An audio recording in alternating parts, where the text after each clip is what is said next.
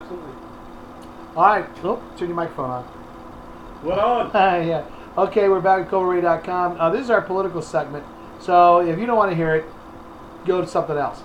But I want to talk about the senatorial race for the seat formerly held by Ted Kennedy between Scott Brown and Martha Coakley. Coakley. My understanding is that one of the people who went up there to support Martha Coakley kept calling her Marcia. Marcia. I swear to God, they were talking about the news again. The guy kept calling her Marcia Coakley. And it's not, it's Martha Coakley. She is not doing very well. Is it really conceivable that a seat formerly held by Ted Kennedy is going to be won by a Republican?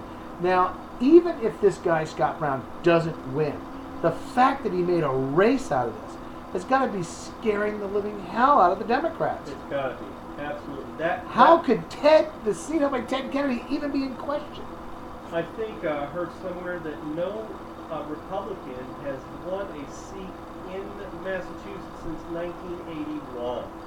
So, yeah, it's going to be a major coup. Are we talking about to national office? Yes. Okay.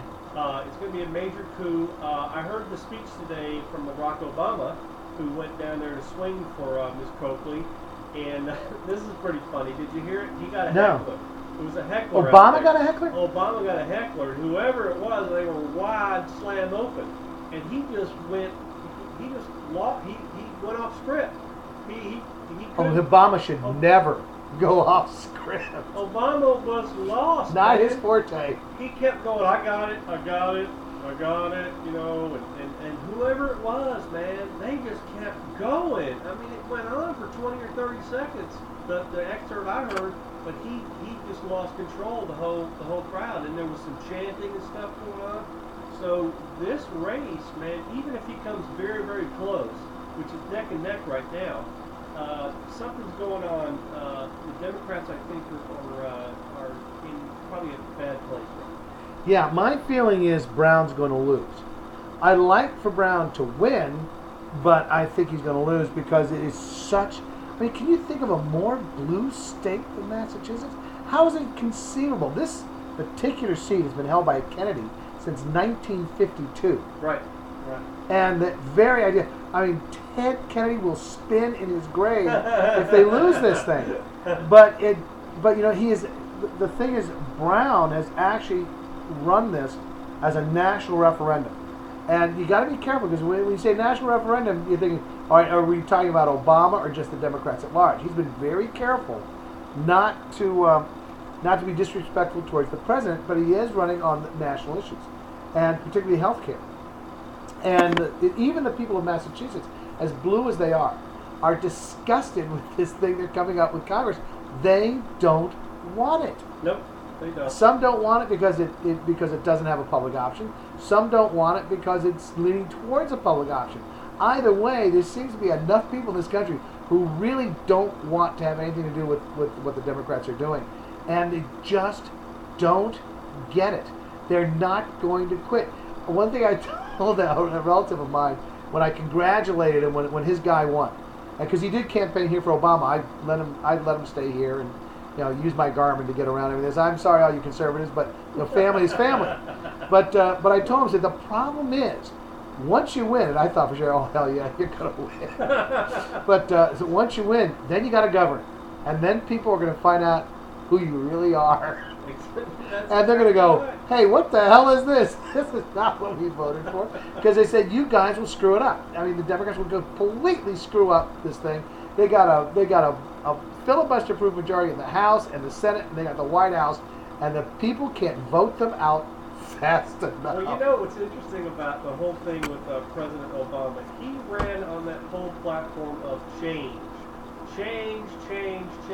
The word change is like the word interesting, okay? Yeah. If someone says to you, how did you like the whatever it was, and you want to be kind of non-committal, you would say, it was interesting.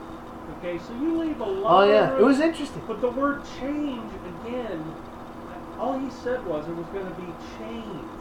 people just read into it that this change is Well, going to be. see, that's why he was so smart. He's smart. Give them something they'll all say, change. This is going to be what I want. This is going to be all about what I want. He had no idea what you wanted. He didn't give a damn about what you want. Exactly right. He wants to win the presidency. Exactly And right. I think a lot of people looked at this as an opportunity not only to elect an African American president of the United States and to show the world this is not a racist country, but I think they also kind of thought, it's going to be a lot like Bill Clinton. I think a lot of people, honest to God, were thinking, we had a pretty good when Bill Clinton was president. Sure. I mean, sure, he had some nutty ideas, but Bill Clinton was at least pragmatic. I mean, he would work with the Republican Congress and got some things done. We got welfare reform under the Clinton administration. We got a balanced budget. I think a lot of people were thinking like that. I wouldn't mind going back to the Bill Clinton era, and this is not what they got. This is not what they got at all. Bill Clinton doesn't understand why Barack Obama isn't bringing him coffee. I love that. Hillary should be the president of the United States, and Barack Obama should be bringing them coffee. Absolutely. I mean, come on. I mean, my God, the Democratic Party is rife with anti-Semitism, misogyny, racism, both regular and reverse. I mean, why they get away with this stuff is absolutely beyond. But you know what I think, and I'll say this right here on the show, is that what's really interesting, I think, about these so-called Democrats, and I think you mentioned the racial issue. Unfortunately, I think that the Democratic Party has been riding on the back of the minorities for a long time. And I really believe that white Democrats, white liberal Democrats, as soon as you close the door and there are no black folks around, they're the first people to throw down racial epithets. Joe Biden's been caught doing it, hasn't he? Crazy, yeah. Yes, sure. he has. Absolutely. I'll tell you, that's that plantation mentality going on there. After all, there's one thing they are. They're big believers in entitlements. And they're entitled to minority votes. They're entitled to women's votes. And I'm telling you, it's a big mistake. And the country is getting ready to, I think, toss them out. There's a real possibility that I don't think it's going to happen, but it's not beyond the realm of possibility that they could lose control of the House. They are certainly going to lose their filibuster-proof majorities in the House and the Senate. It's huge in itself that they'll lose the filibuster. Yeah. But that's going to call some other things in question. Okay, we're going to end this political segment here. We'll be right back with the conclusion to tonight's ColbertRadio.com, and I got a few things I'd like to say about Dr. Martin Luther King Jr.